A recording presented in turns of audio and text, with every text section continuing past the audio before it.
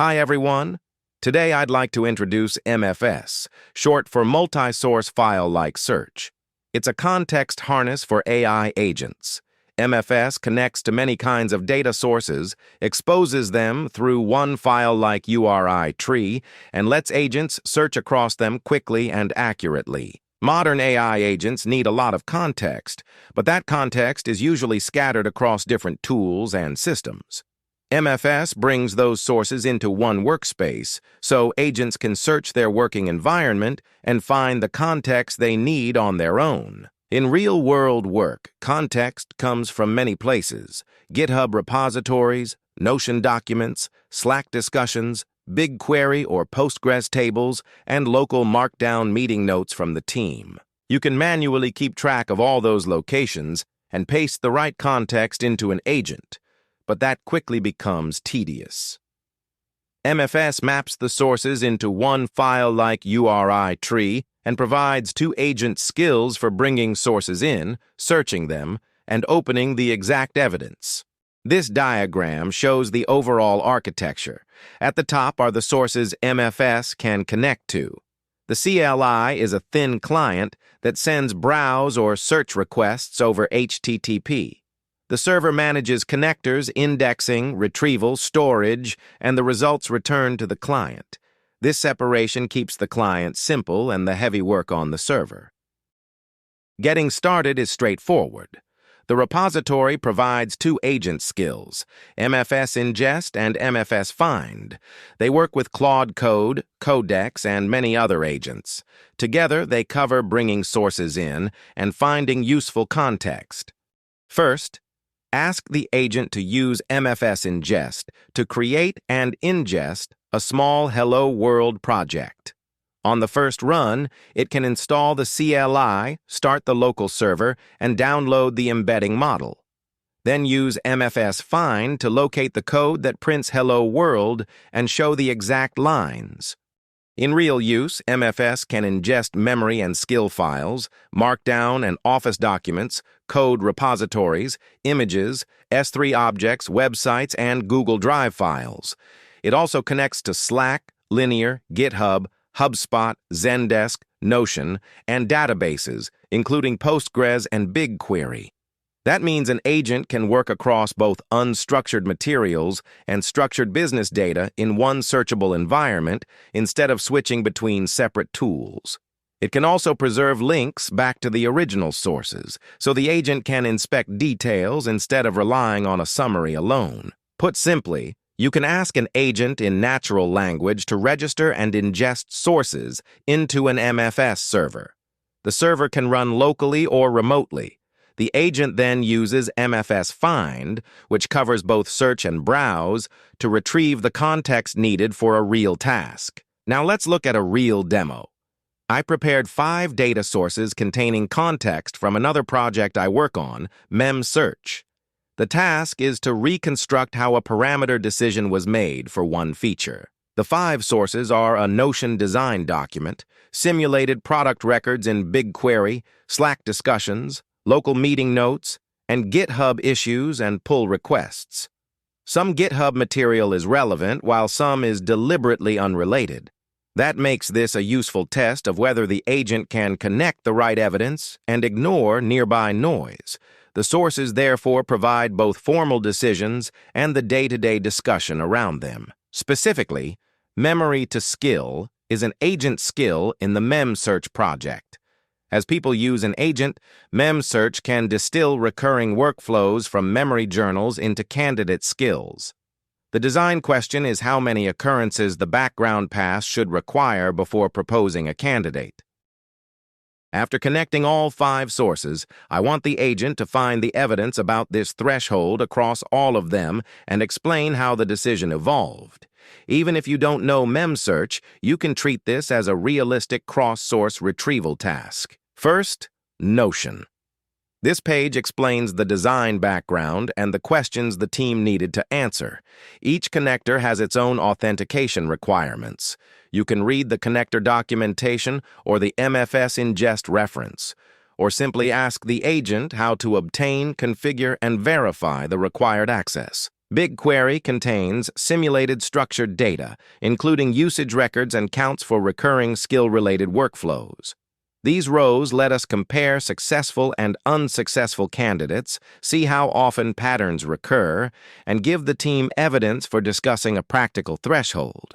This makes the threshold discussion more concrete than a guess. Slack contains a discussion between Lumina and me about the threshold.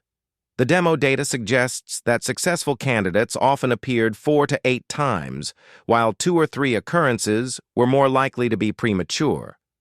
The discussion turns that pattern into a tentative proposal to use 4 or more occurrences for the background pass. The local meeting notes record the proposal and its status.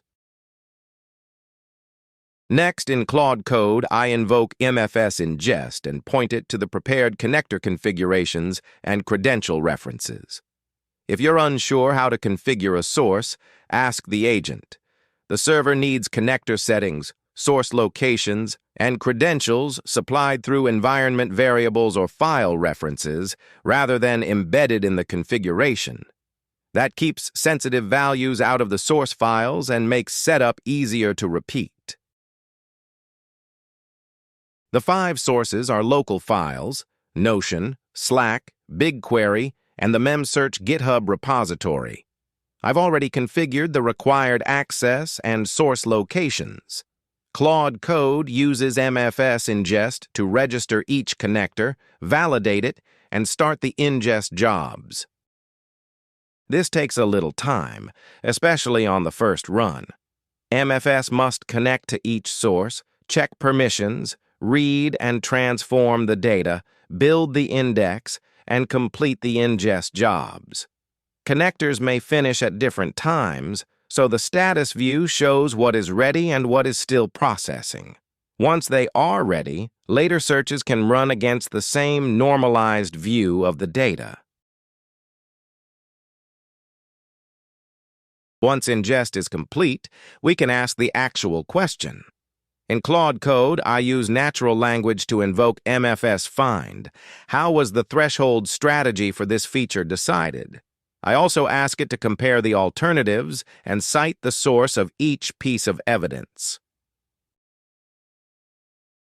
Claude invokes the skill and searches across the sources. It finds the feature background, competing options, and the evidence behind them. Each claim is tied to a specific source, so we can reopen the original context, check the wording, and verify the conclusion. This makes the answer easier to trust and explain to other teammates. The final answer separates 3 conclusions. First, the shipped default is mine occurrences. 3. Second, the BigQuery samples, Slack discussion, and meeting notes support a tentative proposal of 4 or more occurrences, but that proposal has not replaced the current default. Third, on-demand capture is a separate path and does not use this threshold. The agent also filters out related GitHub discussions that are not actually about the threshold. This example shows the value of MFS. It finds relevant context across sources, shows the evidence behind each conclusion, and separates current behavior from proposals and background. The result is a traceable answer rather than an unsupported summary. MFS has 2 main retrieval mechanisms. The first is search. You can raise top K to pull back a larger candidate set from a large indexed corpus. Search is optimized for recall. It quickly narrows a huge search space to likely relevant candidates. The trade-off is that MFS search requires the data to be ingested and indexed first. The second is browse. Commands such as tree, ls, and cat work like familiar shell commands.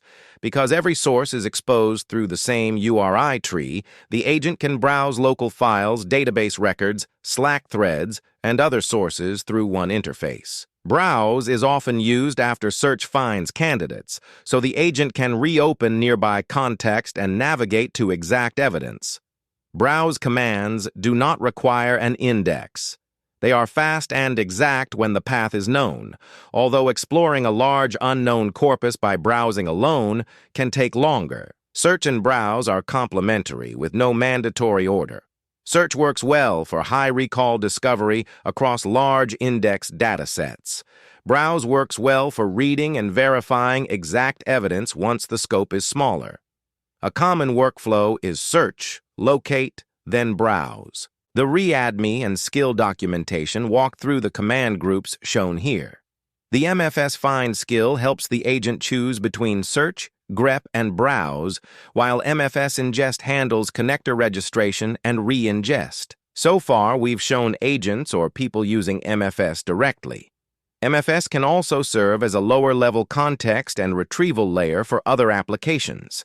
You can build on it through the Python or TypeScript SDK, the CLI, the HTTP API, or your own skills, MCP servers, and plugins. Later videos will show more applications built on MFS, including project redesigns and OpenTag, an open-source demo that uses MFS to implement a Claude tag-style Slack workflow.